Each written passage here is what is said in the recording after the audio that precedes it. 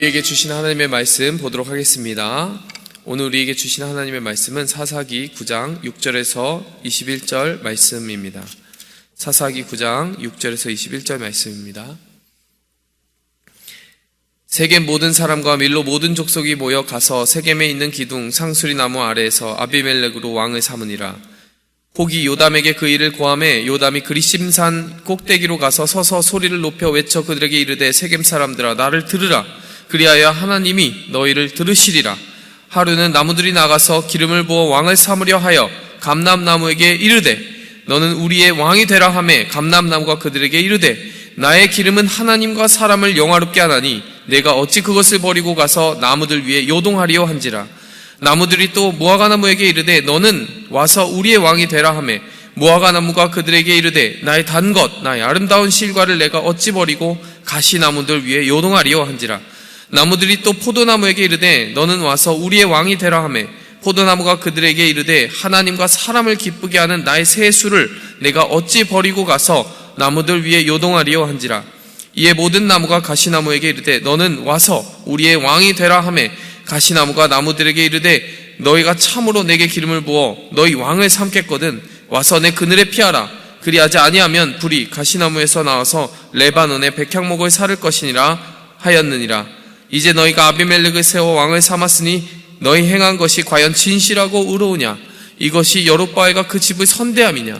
이것이 그 행한 대로 그에게 보답함이냐? 우리 아버지가 전에 죽음을 무릅쓰고 너희를 위하여 싸워 미디안의 손에서 너희를 건져내었거늘 너희가 오늘 일어나서 우리 아버지의 집을 쳐서 그 아들 70인을 한 반석 위에서 죽이고 그 여종의 아들 아비멜렉이 너희 형제가 된다고 그를 세워 세겜 사람의 왕을 삼았도다. 만일 너희가 오늘날 여룹바알과 그 집을 대접한 것이 진실과 의로움이면 너희가 아비멜렉을 인하여 즐길 것이요 아비멜렉도 너희를 인하여 즐기려니와 그렇지 아니하면 아비멜렉에서 불이 나와 세겜 사람과 밀로 족속을 살을 것이요 세겜 사람들과 밀로 족속에게서도 불이 나와서 아비멜렉을 살을 것이니라 하고 요담이 그 형제 아비멜렉을 두려워하여 달려 도망하여 부엘로 가서 거기 거하니라. 아멘. 우리가 사사기 7장부터 이 9장까지의 말씀을 쭉 살펴보면서 기드온의 일대기에 참 어두운 그림자가 드리워 있는 것을 보게 되었습니다.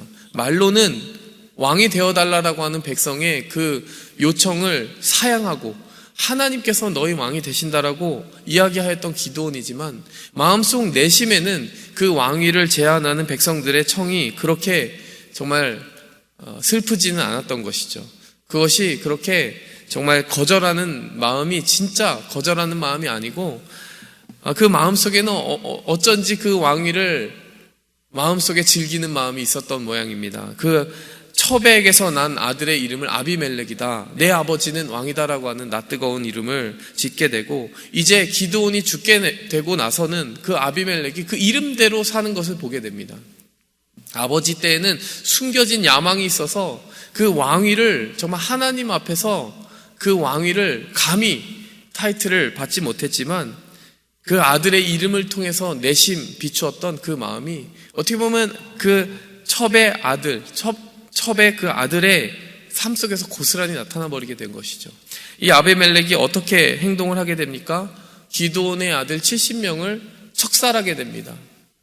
그 척살하는 방식도 아주 잔인하고 그리고 전략적이었어요. 세겜 사람들에게 갑니다. 세겜 사람들이 자기의 동족 고향 친구들이기 때문에 고향 사람들이기 때문에 기드온의 사람들은 너희의 고향 사람들이 아니다. 기드온의 아들들 70명이 너희를 다스린다고 생각해봐라. 너희를 선대할 수 있겠느냐. 너희 고향 출신인 나 한 사람이 너희를 다스리는 것이 좋지 않겠느냐라고 하는 설득력 있는 말을 내세워서 70명을 암살하는 악행을 저지르게 됩니다. 오늘 말씀은 그 이후의 말씀입니다. 요담이라고 하는 사람이 일어납니다. 이 요담은 누구냐면 70명의 아들 중에서 기드온의 70명의 아들 중에서 그 암살을 피하고 살아남은 유일한 아들입니다. 그 아들이 오늘 하는 그 여룹바알의 아들 기드온의 아들 살아남은 유일한 기드온의 아들이 오늘 하는 말의 핵심이 무엇이냐 그것을 우리가 살펴보면서 오늘 우리에게 주시는 교훈을 마음에 새겨보고자 합니다. 첫 번째로요, 부르심을 따라 만족하는 자가 복이 있다라고 하는 교훈을 오늘 말씀은 우리에게 허락해 줍니다. 자, 이 말씀은 무엇입니까? 요담이 이렇게 이야기합니다. 요담이 나무의 비유를 듭니다. 굉장히 이 구약 성경에서도 찾아보기 힘든 희귀한 형태의 그 장르를 가지고 이 본문이 쓰여져 있습니다. 하루는 감람나무에게 사람들이 와서 너가 우리의 왕이 되라 하매. 8절 말씀. 그랬더니 감람나무가 그들에게 이르되 나의 기름은 하나님과 사람을 영화롭게 하나니 내가 어찌 그것을 버리고 가서 나무들 위에 요동하리요. 자, 이런 형식이 그 뒤에도 계속 이어집니다. 그러니까 무슨 말입니까? 이 형식이 어떤 형식입니까? 왕이 되어달라고 청한 그 감람나무, 포도나무, 그리고 무화과 나무마다 전부 사양하면서 무엇이라고 말하냐면, 아니다. 나는 충분히 하나님께서 내게 허락하신 분복을 누리고 있다. 감람나무로서 내가 하나님을 영화롭게 하고 나의 기름이 하나님과 사람을 영화롭게 하나니 내가 어찌 그것을 버리고 가서 사람들 앞에 요동하리요. 이것이 감람나무의 답입니다. 무슨 말입니까? 하나님이 감람나무로서 내게 기름을 주셨고 그 기름으로 하나님을 기쁘게 하고 사람을 기쁘게 하고 있는데, 하나님을 영화롭게 하는데 내가 다른 만족을 추구하지 않겠다. 이렇게 답하는 것이죠. 자, 포도나무도 마찬가지죠. 포도나무도 그렇게 이야기합니다. 내게 이 술을 주어서 하나님께서 그것을 가지고 축복이 되게 하셨다. 그런데 그것에 만족하지 않고 내가 다른 것을 추구하겠느냐. 무화과나무 역시 그렇게 말하는 것입니다. 내게 이 달고 단 실과를 주셨고 그것을 가지고 하나님과 사람들에게 기쁨과 영광이 되고 있는데 그것을 내가 버리고 다른 것을 추구할 이유가 없다. 왕의 자리를 추구할 이유가 없다. 하나님이 주신 나의 분복, 나의 부르심, 그것이 이미 나에게 충분히 차고 넘치며 달고 그것에 만족할 때 하나님을 영화롭게 하고 사람을 기쁘게 하지 않느냐. 그런데 내가 왜 허울뿐인 왕위를 추구하겠느냐. 이 답이 바로 감람나무와 무화과나무와 포도나무의 답이었다라고 요담은 이야기합니다. 이것이 비유로 말하는 것이죠. 무슨 말입니까? 기드온도 왕위를 사용하였고 기드온의 70 아들들도 굳이 왕위를 추구해서 자기의 어떤 사사로운 영광을 추구할 의도가 없었다라는 것입니다. 하나님의 부르심 받은 이 이스라엘 왕국이 하나님의 직접적인 신정 통치, 왕권 가운데 다스림을 받는 나라이기 때문에 우리가 어떤 다른 허울뿐인 왕위를 추구한 적이 있느냐, 이렇게 책망하고 있는 것입니다. 이스라엘 백성들을 책망하면서 우리가 그렇게 왕위를 추구하지 않았던 이유는 하나님이 주신 그 분복과 축복에 만족하고자 하는 마음이 있었기 때문이다 라고 이야기하는 것이에요. 그러면서 요담이 마지막에 비유로 들었던 가시나무의 비유는 무엇입니까?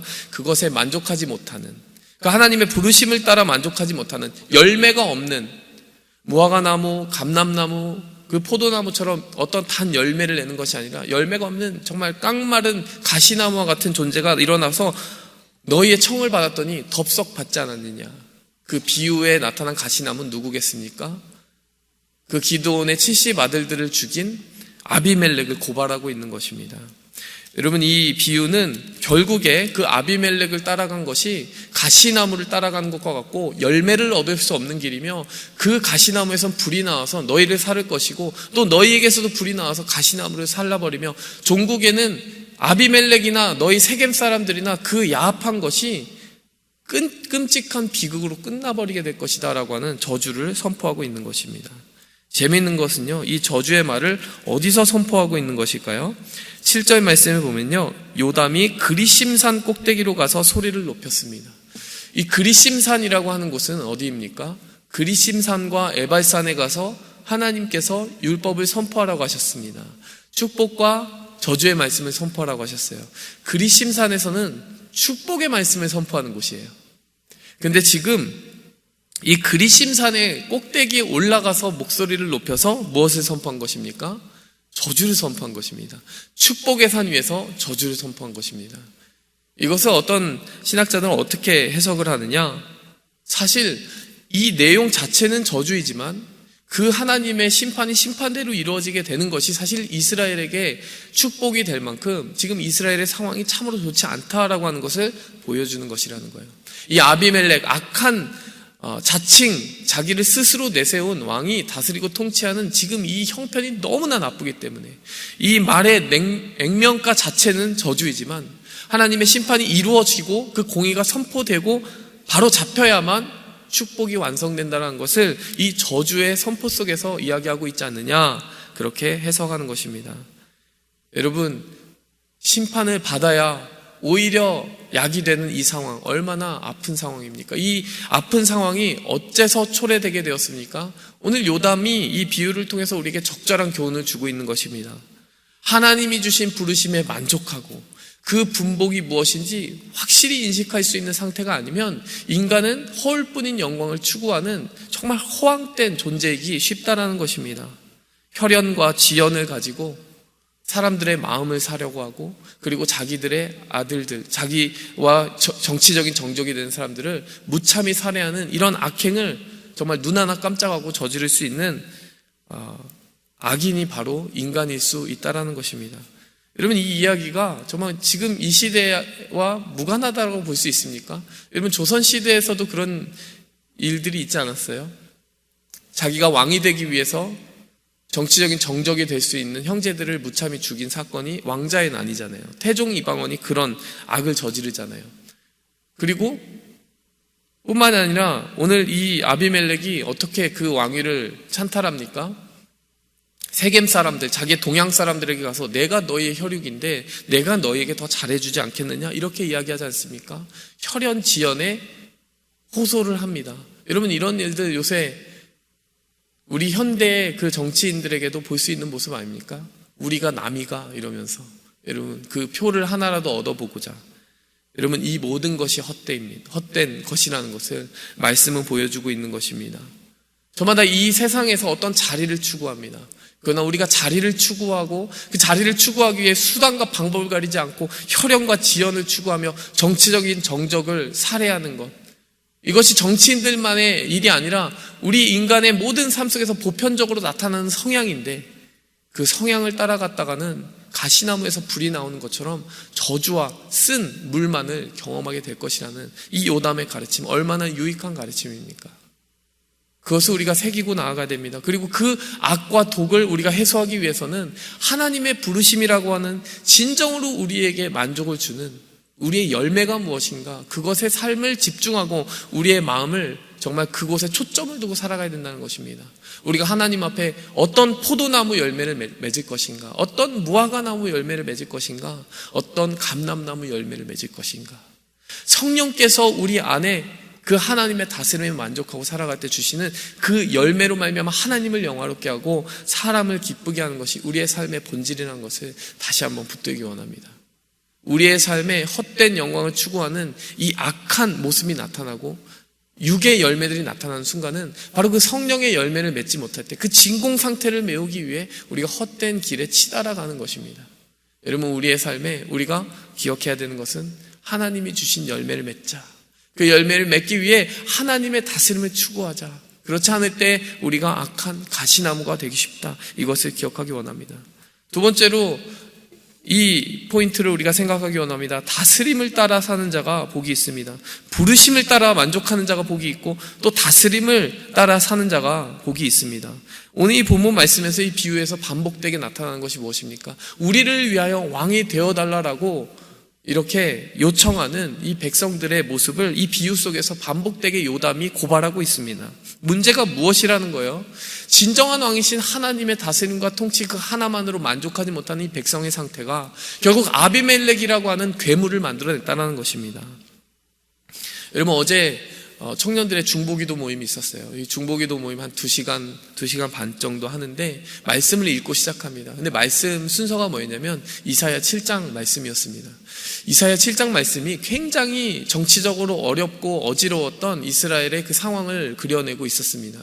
특별히 아하스 왕, 자기의 아들을 산채로 불살라서 이방신에게 바친 악한 왕이 다스리던 통치의 시기에 하나님이 이사야 선지자를 통해서 그 아하스 왕에게 경고의 말씀, 그리고 예언의 말씀을 전해주었던 그 시대를 그리고 있더라고요. 그 시대가 얼마나 정말 정치적으로 혼란스러운 시대였냐면 가장 최북단에는 아수르 왕국이 세력을 확장하고 있었습니다. 그것을 두려워하였던 아람 왕국과 이스라엘 왕국, 북이스라엘 왕국이 동맹을 맺어서 그 아수르에게 맞서고자 하였고요. 그 아수르에게 맞서기 전에 이 유다 왕국, 아하스가 통치하고 있던 유다 왕국에게 우리와 함께 힘을 합치자라고 요청을 하였던 그 시대가 그려지고 있습니다. 아하스 왕이 어떤 선택을 했어야 되느냐? 결국에는 이쪽도 저쪽도 선택할 것이 아니라 하나님의 말씀을 추구하고 하나님의 다스림을 받았어야 되는 것이에요. 그런데 이 유다 왕인 아하스는 결국 아수르 왕이라고 하는 힘의 논리를 따르게 됩니다. 결국에 어떻게 일이 끝나게 됐냐? 그 아수르 왕이 아람 왕과 그리고 이스라엘 왕국을 패퇴시킨 후에 결국에는 유다 왕국도 황폐하게 만들게 되는데요. 인간의 세력과 권력의 힘을 기대고 어떤 세력의 균형에 내가 손을 대야 내게 미래가 있겠느냐 부지런히 계산하던 아하스 왕이 결국 좋지 못한 결말을 맞게 된다는 예언을 그곳에 담고 있습니다. 그런데 그 정치적인 어떤 복잡함이 중요한 것이 아니라 하나님이 그 7장 말씀에 계속해서 그 악한 왕 아하스에게도 문을 두드리시더라고요. 내가 너에게 계획을 가지고 있다. 회개해야 된다. 내게 돌아서 나의 계획을 구하라. 나의 징조를 구하라. 여러분, 그것이 우리가 잘 아는 이사야 7장 말씀에 이렇게 등장하는 것입니다. 여호와께서 또 아하스에게 일러 가라사대 너는 내 하나님 여호와께 한 징조를 구하되 깊은 데서든지 높은 데서든지 구하라. 여러분, 그 뒤에 말씀 혹시 기억하십니까? 아하스는 그것을 거절합니다. 나는 하나님 시험하지 않겠습니다. 구하지 않겠습니다. 근데 이것은요, 겸손의 표현이 아니었어요. 지금 가장 급박한 그 국가의 존망을 이렇게 손에 쥐고 그것을 결정해야 되는 위치에 있는 이 아하스 왕이 하나님께 징조를 구하고 간절히 구해야 되는 시점이었습니다. 무엇보다 하나님이 직접 네가 나에게 징조를 구한다면 내가 주리라 이렇게 약속한 것을 그가 거절한다는 것은 참 오만한 이야기였습니다. 그런데 하나님이 어떻게 하십니까? 아니다. 내가 친히 너에게 징조를 주리라. 보라, 처녀가 잉태하여 아들을 낳을 것이요 그 이름을 임마누엘이라고 하리라. 여러분, 이것은 진정한 왕으로 오실 예수 그리스도에 대한 예언 아니겠습니까? 여러분, 이 이사야 7장 말씀 전체가 굉장히 성탄적인 메시지를 가지고 있더라고요. 한마디로 요약하면 이것입니다. 너희는 누가 힘을 가졌는지 그것을 부지런히 살피고 거기에 힘을 대려고 하고 손을 대려고 하고 줄을 대려고 하고 인간사의 어떤 힘의 향방만을 살피는 그러한 눈을 가지고 살아가고 있느냐. 그러나 너희가 나에게 징조를 구하고 진정한 왕이신 예수 그리스도 하나님이 예비하신 메시아의 그 길을 쫓아가지 아니하고 하나님의 다스림을 받는 것으로 만족하지 아니한다면 너희의 운명이 어떻게 되겠느냐라고 이야기를 하는 것입니다. 여러분, 그 심판의 메시지로 빼곡히 찬 이사야 7장 말씀 한가운데에요, 정말 하나님이 그 심판을 받음직한 받아도 싼 인간이 어떻게 하면 그 죄악을 극복하고 치유받을 수 있는지 그 해결책과 치유책을 주셨는데 그것은 바로 아기로 오신 예수 그리스도, 처녀의 몸에서 잉태하여 나실 하나님이 주신 진정한 왕이신 예수 그리스도의 그 길을 따라가서 온유하고 겸손하게 하나님의 다스림에 만족하며 살아가는 그 삶이야말로 너희가 구원받는 길이요, 너희가 이 회오리 치는 정치적인 한복판에서도 진정한 구원을 얻는 길이다. 이 메시지를 이사야 7장 말씀이 하고 있더라고요. 오늘 이 사사기 말씀이 동일한 얘기를 하고 있는 것입니다. 세겜 사람들이 뭐 힘을 얻느냐, 누가 힘을 얻느냐, 기드온의 아들들이 힘을 얻느냐, 이 정치적인 계산들만 밝아가지고 그것만 바라보고 있는 이 타락해버린 이스라엘 백성들에게 하나님은 무엇을 말씀하고 계신 겁니까? 내가 너희의 왕인데 너는 그것을 잊었느냐? 여러분, 우리가 이 성탄절을 기다리는 그 시즌을 기다리면서 우리가 누가 우리의 왕이 되시느냐, 그 왕이 나를 다스릴 때 진정한 만족함이 있음을 우리가 다시 한번 생각하기 원합니다. 말씀을 정리하며 나가겠습니다. 부르심을 따라 열매를 맺는 삶에 만족함이 있습니다. 그것에 만족하지 못할 때 우린 육에 가시를 내는 것이고 그것으로 말미암아 이웃을 괴롭게 하고 스스로 괴롭게 하는 것입니다. 두 번째로 우리는 다스림을 따라 만족하며 살아갈 때 진정한 왕이신 하나님이 주시는 평강을 누리게 되는 것입니다. 그 열매야말로 우리의 영혼을 달게 하는 것이요, 그 열매가 우리를 구원하는 것입니다. 그것을 기억하는 성탄의 시즌 되기를 기도합니다. 함께 기도하겠습니다. 하나님 아버지, 너무나 어리석고 악하여서 가시 같은 쓴 열매만을 낼 수밖에 없는 우리의 정치적인 계산과 인간적인 눈과 그런 술수들을 버리기 원합니다. 하나님, 아비멜렉 내가 왕이 되고 내 아버지가 왕이 되고 그러한 욕심과 야망을 버리지 못해서 끊임없이 그 가시로 스스로를 찌르고 마는 우리의 어리석은 인생 가운데 임마누엘 하서 오신 진정한 왕의 통치를 받는 축복과 또 구원의 길을 주셔서 감사합니다. 우리가 그 부르심을 따라 만족하여 성령의 열매를 맺고 우리가 그 다스림에 만족하여 마음의 진정한 평화를 얻는 그 축복을 우리의 복잡하고 다사다난한 삶 속에서 너무나도 정치적인 계산을 해야 되는 이 삶 속에서 하나님 그 구원의 길을 찾게 도와주시옵소서.